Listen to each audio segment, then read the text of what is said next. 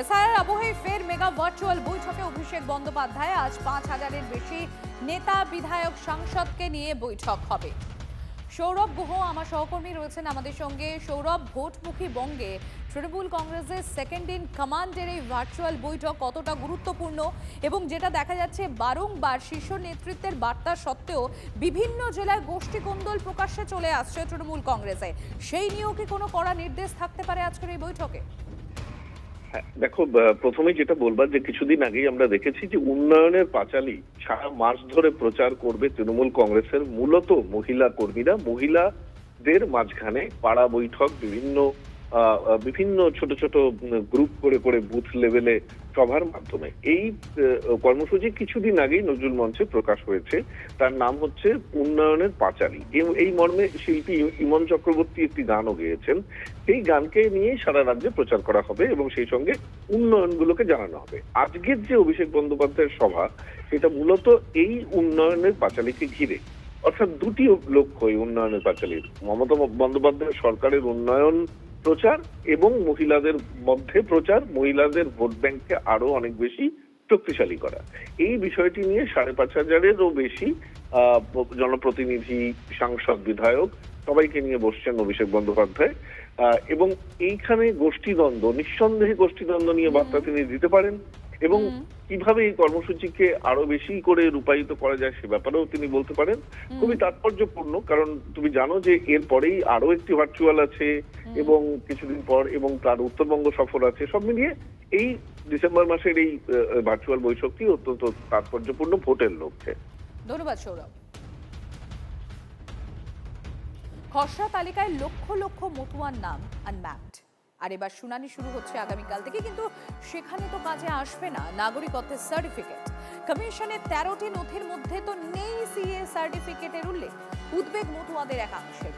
উদ্বাস্তুদের সংশয়কে সামনে রেখে এবার বিজেপিকে নিশানা তৃণমূল কংগ্রেসের। আবার পাল্টা তৃণমূলের বিরুদ্ধে সিএ নিয়ে ভুল বোঝানোর অভিযোগ বিজেপি। নাগরিক হলেন অথচ তার ভোটের অধিকার থাকলো না, এটা মস্ত বড় কোশ্চেন। নাগরিকত্ব দেখে ভোটারের নামটা তুলে দিন, নাহলে আমরা তো ভেসে যাব। এ যেন একুল ওকুল দুকুল চলে যাওয়ার মতো পরিস্থিতি।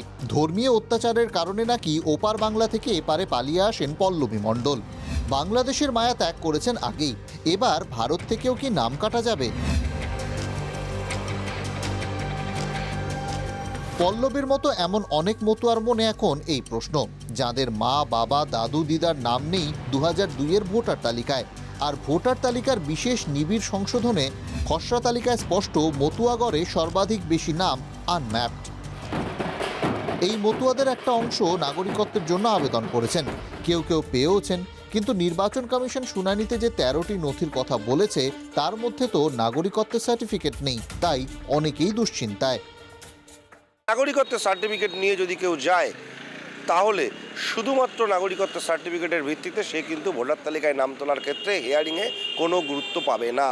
আর এখানেই নানা রকম প্রশ্ন উঠে আসছে। সার্টিফিকেটটা পেলে ভোটারের নাম থাকে, তাহলে আমরা খুশি হই। আমি দাবি করছি যেন আমার ভোটার তালিকায় নাম থাকে। খসড়া তালিকায় স্পষ্ট বাংলাদেশ সীমান্ত লাগোয়া আসন যেখানে মতুয়ারা নিয়ন্ত্রক, সেখানে ম্যাপিং হয়নি হাজার হাজার মতুয়ার। সীমান্তবর্তী গাইঘাটায় আনম্যাপ ১৪.৫%, হাবড়ায় ১৩.৬%। সর্বাধিক মতুয়া বাস করেন যেখানে, সেই বাগদায় ১২.৭% ভোটারের ম্যাপিং হয়নি। এবার তাদেরই ডাক পড়ছে শুনানিতে। ২ মাসের মধ্যে ইলেকশন কমিশন সারা পশ্চিমবঙ্গে এসআইআর করাতে পারে, তাহলে যিনি নাগরিকত্ব সার্টিফিকেট পেয়েছেন তিনি যাতে ওই সার্টিফিকেটে তার ভোটের নামটাও থাকে সেই ব্যবস্থাও তারা করতে পারে। এই প্রেক্ষাপটে কি করবেন মতুয়ারা? মতুয়া ঠাকুরবাড়ির সদস্য তথা কেন্দ্রীয় মন্ত্রী শান্তনু ঠাকুরের দাবি, সিএএতে আবেদনই একমাত্র রাস্তা। পাল্টা শান্তনুর বিরুদ্ধে মিথ্যাচারের অভিযোগ করেছেন তার জেঠিমা তথা ঠাকুরবাড়ির সদস্য মমতা বালা ঠাকুর। যেখানে সুপ্রিম কোর্ট ভার্ডিক্ট দিয়েছে যে নাগরিকত্ব না হলে ভোটার কার্ডের লিস্টে নাম থাকবে না, সেখানে আমরা কি বলবো? আমরা দাবি জানাবো যাতে একজনের নামও বাদ না যায়। শান্তনু ঠাকুর তো একেবারে আমি যেটা বলেছিলাম যে মিথ্যে কথা বলেই রাজনীতির ভিতরে ঢুকেছে, এবং দেখেন প্রতিদিন একটার পর একটা মিথ্যে কথা বলছে, একটার পর একটা, এবং এখন সত্য জিনিসটা ওর মুখ দিয়ে বেরিয়ে এসছে। কারোর কাছে নথি থাকলেও তা কাজে আসছে না, আবার কারোর কাছে কোনো কাগজই নেই। শুনানি শেষে চূড়ান্ত তালিকায় নাম থাকবে কি সংশয় যাচ্ছে না মতুয়াদের একটা অংশের। যে সমস্ত সাধারণ মতুয়া 2002-এর পরে এসেছেন তাদের কাছে ওই নাগরিকত্বের সার্টিফিকেট থাকলেও ইলেকশন কমিশন যে এক্ষুনি খুব গুরুত্ব দিচ্ছে না সেটা কিন্তু স্পষ্ট। টিভি 9 বাংলার জন্য সুকান্ত মণ্ডলের সঙ্গে দীপঙ্কর দাসের রিপোর্ট, উত্তর 24 পরগনা। জনসংখ্যা বেড়েছে 10 বছরে, তাই পৃথক হাওড়া পুর নিগমে ওয়ার্ড সংখ্যা বাড়িয়ে 66 করতে চাইছে রাজ্য সরকার। মন্ত্রিসভার বৈঠকে প্রস্তাবও পাশ হয়ে গিয়েছে। আর এদিকে এসআইআর এর খসড়া তালিকা হাওড়া পুর নিগম এলাকার 4 বিধানসভায় প্রায় 1,90,000 নাম বাদ পড়েছে। তাই রাজ্য সরকারের উদ্যোগের পিছনে রাজনীতির ছক দেখছে আবার বিরোধীরা। বিষয়টিকে ঘিরে চলছে রাজনৈতিক চাপান। হাওড়া থেকে আলাদা হচ্ছে বালি পুরসভা, কিন্তু হাওড়া পুর নিগমের ওয়ার্ড সংখ্যা কমাতে চাইছে না রাজ্য সরকার। মানে হাওড়া পুর নিগমের ওয়ার্ড সংখ্যা আগের মতো 50 নয়, 66 থাকবে। বালির 16টি ওয়ার্ড বাদ দেওয়ার পরও গত 10 বছরে জনসংখ্যা বৃদ্ধির যুক্তিতে প্রস্তাব পাশ হয়েছে রাজ্য মন্ত্রিসভায়। রাজ্য সরকার যেটা করেছে অত্যন্ত যুক্তিসঙ্গতভাবেই করেছে। অর্বাচীন কথাবার্তা যে জিনিসটা বিচারাধীন সেটা নিয়ে আমি কি করে সিদ্ধান্ত নিয়ে নেবে? ডিলিমিটেশন ইস্যুটার উপরই একটা বিচার চলছে এখানে, এরকম ভাবে সিদ্ধান্ত কি করে ক্যাবিনেট নেবে? যথারীতি এই ইস্যুতে দানা বেঁধেছে নতুন বিতর্ক। এসআইআর এর খসড়া তালিকায় দেখা যাচ্ছে হাওড়া পুর নিগমের অন্তর্গত 4টি বিধানসভায় মোট 1,90,000 ভোটারের নাম বাদ পড়েছে। নো ম্যাপিং তালিকায় আছে 90,769 জনের নাম। বিজেপি সহ বিভিন্ন বিরোধী দলের যুক্তি, আনম্যাপ থেকে যাওয়াদের যদি নতুন ভোটার হিসেবেও ধরা হয় সেক্ষেত্রেও বাদ থাকছে লক্ষাধিক নাম। তাহলে রাজ্য সরকার জনসংখ্যা বৃদ্ধির যুক্তি দিচ্ছে কিভাবে? এর মধ্যে তো জনগণনা হয়নি। 2 লাখ লোকের নাম যে এলাকায় বাদ যাবে সেখানে আপনি কি করে বলছেন যে ওখানে জনবিন্যাস বেড়েছে? 7 বছর ধরে যাদেরকে বোকা বানিয়ে তাদেরকে দিয়ে খাটিয়েছে, তাদের টাকা খরচ করিয়েছে, প্রার্থী করবে, এবার যখন ডিলিমিটেশন হবে না তাহলে তারা প্রার্থী হতে পারবে না। এই নতুন কৌশল নিজের লোককে বেঁধে রাখার জন্য আর মানুষকে বিভ্রান্ত করার জন্য। ভোট ব্যাংক ধরে রাখা এবং ওদের দলের নেতাদের কিছু জায়গা করে দেওয়ার জন্যে এই কাজ তারা করছে। কারণ ওয়ার্ডের সংখ্যাও বাড়তে পারে না, কারণ নতুন করে কোনো এলাকা যুক্ত হয়নি, বরং ভোটার কমছে। জেলা শাসকের অফিসে এটা সকলের উপস্থিতিতেই ডিলিমিটেশন করা হয়েছিল, সেখানে তখন বিরোধীরাও ছিলেন। এই প্রশ্ন তারা এখন করছেন কেন? ওনারা অতজন প্রার্থী পাবেন কিনা আমার সন্দেহ আছে। আমার মনে হয় ব্যক্তিগতভাবে ওনাদের প্রবলেমটা ওইখানে হচ্ছে যে ওরা অতজন প্রার্থী দিতে পারবে না, ওই জন্য ওদের মাথা খারাপ হয়ে গেছে।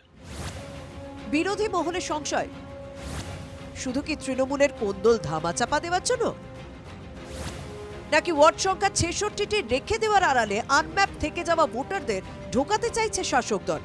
এই জনসংখ্যা হচ্ছে ভুতুরে জনসংখ্যা। মমতা বন্দ্যোপাধ্যায়ের যারা ভোট ব্যাংক, যারা পিসির পকেটে থাকে, ভোটের সময় বেরিয়ে আসে, আবার ভোটের পার হয়ে গেলেই ঢুকে যায় পকেটে। আপনি দেখতে পাবেন না, এরা অদৃশ্য। এইভাবেই সংখ্যা বাড়ছে। এই জনসংখ্যা বৃদ্ধি, এই যুক্তিটা রাজ্য কিসের ভিত্তিতে দেখাচ্ছে? জনগণনা নাকি এসআইআর? বাংলার মানুষকে বলতে হবে প্রত্যেক দিন জনসংখ্যা বৃদ্ধি হচ্ছে বাংলায়।